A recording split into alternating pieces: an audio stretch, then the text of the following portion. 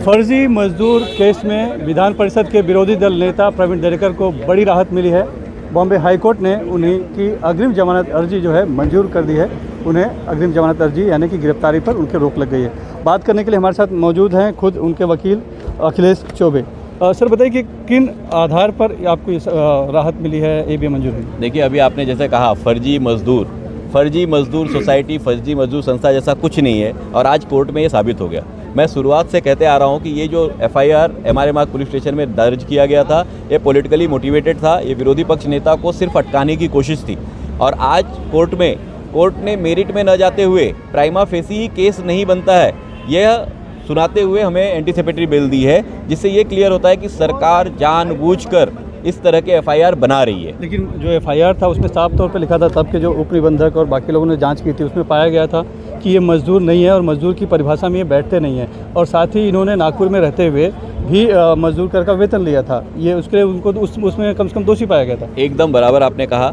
आप अगर देखेंगे तो जो अधिवेशन नागपुर का था वो 11 तारीख से चालू हुआ था और ये 10 दिनों का इन्होंने वेतन लिया था। पहली चीज़, तब भी हमने कहा था कि हम सुपरवाइजर थे।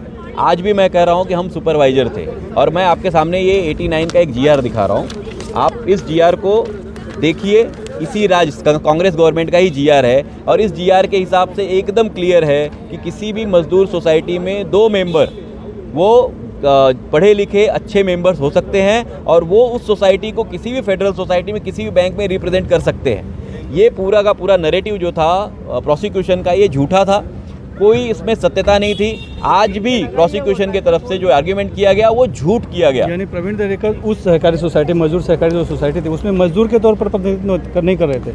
97 में जब उन्होंने उसमें एंट्री ली थी वो मजदूर ही थे, बट सब्सिक्वेंटली जैसा कि मेरे पिटीशन में भी लिखा गया है कि सब्सिक्वेंटली सोसाइटी को, जब सोसाइटी गवर्नमेंट से कॉन्ट्रैक्ट लेती है तो उस कॉन्ट्रैक्ट को कंप्लीट करने के लिए पढ़े लिखे आदमियों की आवश्यकता होती है और सोसाइटी को ये पावर है कि वो 2 लोगों को ऐसा अपॉइंट करे और उसी के तहत प्रवीण जी को अपॉइंट किया गया था और उसके साथ ही एज अ सुपरवाइजर उन्होंने काम देखा था।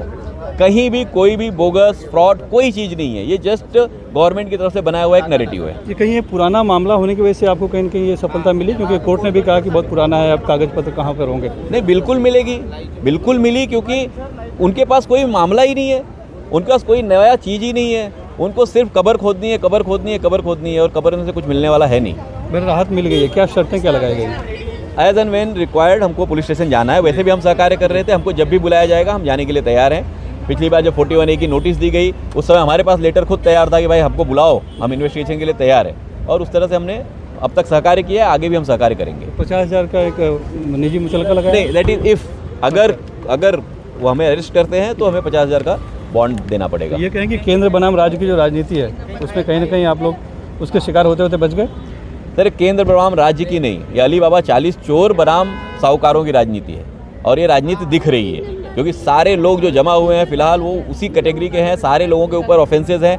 आज अभी मैंने सुना था बीच में जो है मुख्यमंत्री साहब ने कहा की त्यांना दिलासा भेटतो आपल्याला भेटत नाही, कारण उनके जो ऑफेंस हैं वो ग्रेव है, उनको दिलासा मिल नहीं सकता है।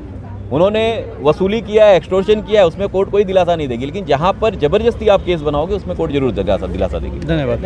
तो प्रवीण दरेकर के लिए बड़ी राहत है कि बॉम्बे हाई कोर्ट ने उनकी गिरफ्तारी पर रोक लगा दी, उनको अग्रिम जमानत अर्जी मंजूर कर दिया है, जबकि इसके पहले सेशन कोर्ट ने ये कहते हुए खारिज कर दिया था कि कहीं न कहीं प्राथमिक तौर पर उनके खिलाफ सबूत दिखता है। लेकिन बहरहाल फिलहाल प्रवीण दरेकर की गिरफ्तारी पर रोक लग गई है। मुंबई से कैमरामैन अशोक माडिक साथ सुनील सिंह, NDTV इंडिया के लिए।